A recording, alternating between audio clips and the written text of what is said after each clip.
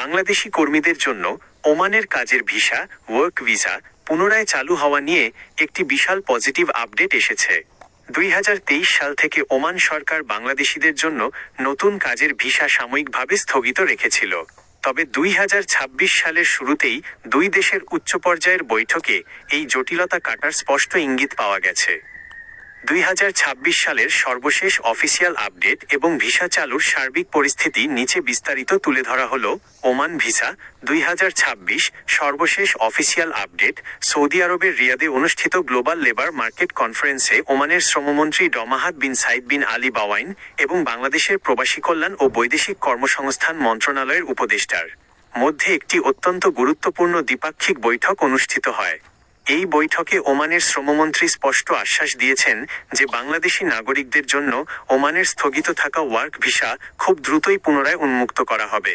Oman প্রশাসন মূলত তাদের দেশে থাকা অবৈধ ও অনিয়মিত কর্মীদের জরিমানা ছাড়া বৈধ করার কাজটিতে বেশি গুরুত্ব দিচ্ছিল, যার কারণে নতুন ভিসা সাময়িক বন্ধ ছিল। সেই প্রক্রিয়াটি শেষ পর্যায়ে চলে আসায় এখন নতুন কাজের ভিসা চালুর পথ তৈরি হয়েছে। 2026 সালে কোন ধরনের কর্মীরা অগ্রাধিকার পাবেন? ভিসা পুরোদমে খুললেও ওমান সরকার এখন দক্ষ ও পেশাদার জনশক্তি নেওয়ার দিকে সবচেয়ে বেশি জোর দিচ্ছে।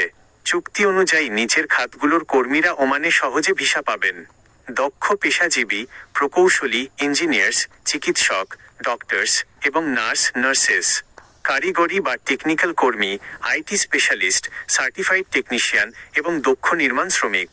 আধা দক্ষ ও সাধারণ কর্মী, সাধারণ বা আনস্কিল্ড শ্রমিকদের ভিসা চালুর ব্যাপারেও ওমান সরকার নীতিগতভাবে সম্মত হয়েছে, তবে এক্ষেত্রে সরকারি ডাটাবেজ এবং বৈধ রিক্রুটিং এজেন্সির মাধ্যমে যাচাই বাছাই প্রক্রিয়া আরও করা হবে। ওমান কাজের ভিসার আবেদন প্রক্রিয়া ও প্রয়োজনীয় কাগজপত্র। ভিসা চালুর পর একজন বাংলাদেশি কর্মী হিসাবে ওমানে যাওয়ার জন্য যে বিষয়গুলো নিশ্চিত করতে হবে: 1. বৈধ স্পন্সর ও জব অফার লেটার।